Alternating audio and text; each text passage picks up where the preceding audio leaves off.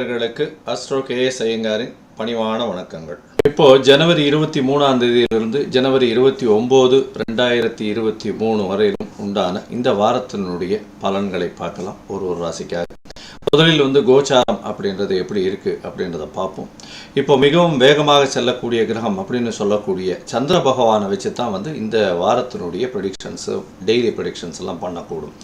ஏற்கனவே மெதுவாக செல்லக்கூடிய கிரகம் அப்படின்னு சொல்லக்கூடிய குரு, சனி மற்றும் ராகு, கேது இவா 4 பேர் இதெல்லாம் ஏற்கனவே வருஷ பலன்கள்லாம் சொல்லியிருப்பா.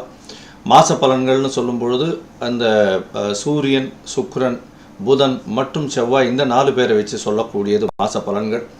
இதை தவிர பார்த்தீர்களேயானால் அதிவேகமாக செல்லக்கூடிய கிரகமான சந்திரனை வைத்து சொல்லக்கூடிய பலன்களை இந்த வார பலன்களை சொல்கிறோம். இந்த வாரத்தில் பார்த்தீர்களேயானால், அதாவது ஜனவரி 23லிருந்து ஜனவரி 29 வரலும் உண்டான நாட்களில் காலபுருஷ தத்துவத்தின் பிரகாரம் மேஷ ராசியில் ராகுவும், ரிஷப ராசியில் செவ்வாய் பகவானும், சப்தமம் அப்படின்னு சொல்லக்கூடிய துலா ராசியில் கேது பகவானும், அதற்கு பிறகு 9ஆம் இடம்னு சொல்லக்கூடிய தனுசு ராசியில் புத பகவானும், சுக்கிர பகவான் 10ஆம் இடத்துக்கு, அதாவது காலபுருஷ தத்துவ பிரகாரம் 10ஆம் இடம் அப்படின்னு சொல்லக்கூடியது மகரத்தில் சூரியன், சுக்கிரன் மற்றும் சனி பகவான்.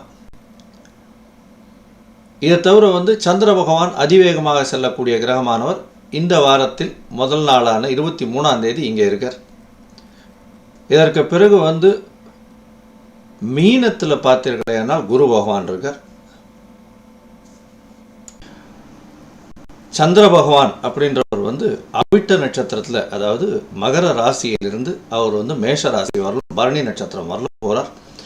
இந்த காலகட்டத்தில் யார் யாருக்கு சந்திராஷ்டமம், என்னென்ன எளிய பரிகாரங்கள் பண்ணலாம், இந்த வாரம் எப்படி இருக்கும் அப்படின்றத பார்ப்போம். இதை தவிர பார்த்தீர்களேனால் இந்த வாரம் 28ஆம் தேதி சப்தமி திதி, ரத சப்தமி அப்படின்னு சொல்லுவாள். அதாவது சூரியனுடைய தேர்கால் திரும்புகிறல் அப்படின்றத சொல்லுவாங்க ரத சப்தமின்னு. இன்றையிலிருந்து உங்களுக்கு வெயில் கொஞ்சம் அதிகமாக ஏறக்கூடிய காலகட்டமாக ரத சப்தமிக்கு மேலே ஆரம்பிக்கும் அப்படின்னு சொல்லுவாங்க.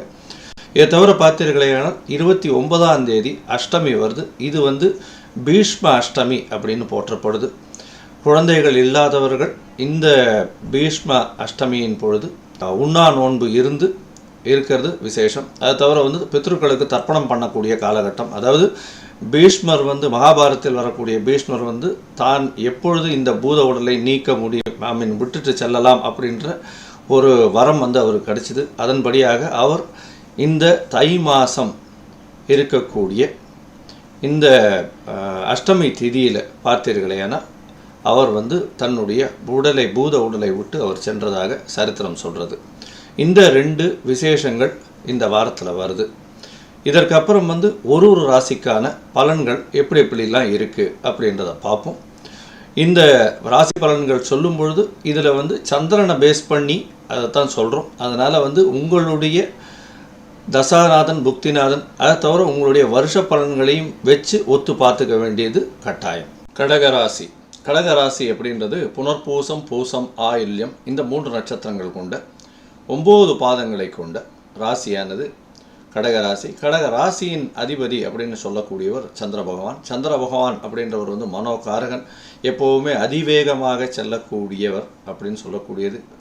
கிரகங்கள்லேயே அதிவேகமாக ஒரு ராசியிலிருந்து அடுத்த ராசிக்கு செல்லக்கூடியவர் சந்திர பகவான். அதனால தான் நம்ம தினப்பலனையும் வார பலனையும் வச்சு நம்ம பார்க்கணும் அப்படின்னா இந்த சந்திர பகவானை வச்சு பார்க்குறோம். இந்த வாரம் ஜனவரி 23லிருந்து 29, 2023 பார்த்தீர்களேனால் சந்திர பகவான் உங்கள் ராசிக்கு 7ஆம் இடத்துல இந்த வாரத்தை ஆரம்பிக்கிறார். அவர் 29ஆம் தேதி பார்த்தீங்கன்னா மேஷ ராசியில் போய் இருப்பார். 23ஆம் தேதி மகர ராசியிலிருந்து கும்பம், மீனம் மற்றும் மேஷ ராசி வரலும் போகிறார். இந்த காலகட்டத்தில் பார்த்தீர்களேனால் உங்களுக்கு மிகவும் ஏறுமுகமான காலமாக இருக்குது. எப்படின்னா சப்தமம் நல்லபடியாக வலுப்பெற்றிருக்கு. ஏன்னா சுக்கிர பகவான் அங்கே ராசியிலேயே, அந்த மகர ராசியிலேயே இருக்கார். கடக ராசிக்கு சப்தமத்தில் சுக்கிர பகவான் இருக்கிறதும், சனி பகவான், சூரிய பகவான் இருக்கிறதும் மிகுந்த ஒரு நல்ல ஒரு விஷயம். ஏன்னா இவ்வளவு நாள் பார்த்தீர்களேனால் உங்களுக்கு சனி பகவானால் நல்ல மிகுந்த தொல்லைகள் இருக்கக்கூடிய காலகட்டமாக இருக்கும். கணவன் கடகராசியாக இருந்தால் மனைவியின் மூலியமாகவும், மனைவி கடகராசியாக இருந்தால் கணவன் மூலியமாகவும் பிரச்சனைகள் இருக்கக்கூடிய காலகட்டமாக இந்த காலகட்டம் இருக்கும். ஆனால் இப்போ சுக்கிர பகவான் அங்கே இருக்கிறதுனால, மகரத்தில் இருக்கிறதுனால கண்டிப்பாக கணவன் மனைவிக்குள்ள ஒரு நல்ல ஒற்றுமை இருக்கக்கூடிய காலகட்டமாக இருக்கும். கவலைப்பட தேவையில்லை. அதற்கு பிறகு பார்த்தீர்களேனால் ராசியை உங்களுக்கு குரு பார்வை இருக்குது. அதனால் குரு பார்வை ராசியில் படுறதுனால கண்டிப்பாக உங்களுடைய உடல் நலத்தில் நல்லபடியாக இருக்கக்கூடிய காலகட்டமாக இருக்கும். உங்களுடைய ராசிநாதன் சந்திர பகவான் 7ஆம் இடத்துலேருந்து 8ஆம் இடத்துக்கு போகிறார். அதாவது சந்திராஷ்டம காலம் அப்படின்னு சொல்லக்கூடியது 3ஆம் தேதி மாலை 6 மணியிலிருந்து 25ஆம் தேதி இரவு 12 மணி வரலும் உங்களுக்கு இந்த சந்திராஷ்டம காலம் இருக்குது. இந்த காலகட்டத்தில் புதுசாக எந்த ஒரு முயற்சியும் எடுக்க வேண்டாம். கண்டிப்பாக அதிக வேகமாக வண்டி ஓட்டுறது, வாகனம் ஓட்டுறது அதெல்லாம் பண்ணக்கூடாது. அதாவது வெளியூர், வெளிமாநிலம், வெளிநாடு செல்லக்கூடிய விஷயங்களை தவிர்ப்பது நல்லது.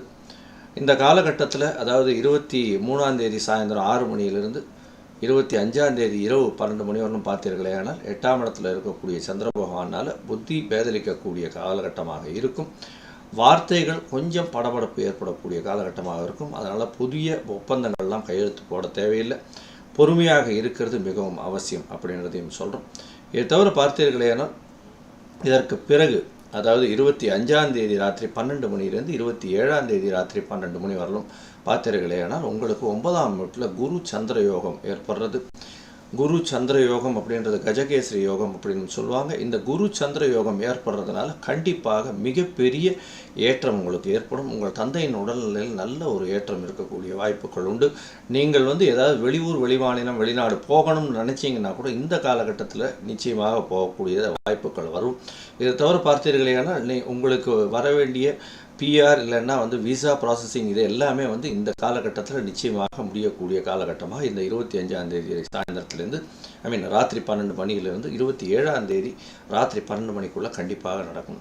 அதற்கு பிறகு 10ஆம் இடத்துல போய் சந்திர பகவான் இருக்கார். அந்த காலகட்டம் அப்படின்றது 28ஆம் தேதி அதிகாலை, அதாவது 12 மணி அர்லி மார்னிங்லேருந்து 29ஆம் தேதி 30ஆம் தேதி கார்த்தால வரலும் இருக்கார். இந்த காலகட்டத்தில் பார்த்தீர்களே ஏனால் உங்களுக்கு தொழிலில் மிகப்பெரிய ஏற்றம் வரக்கூடிய வாய்ப்புகள் உண்டு. நீங்கள் செய்யும் தொழில் அதாவது ஒரு பார்ட்னர்ஷிப் தொழிலாக இருந்ததுன்னா அந்த காலகட்டத்தில் மிகப்பெரிய ஏற்றங்கள் இருக்கக்கூடிய காலகட்டமாக இருக்கும்.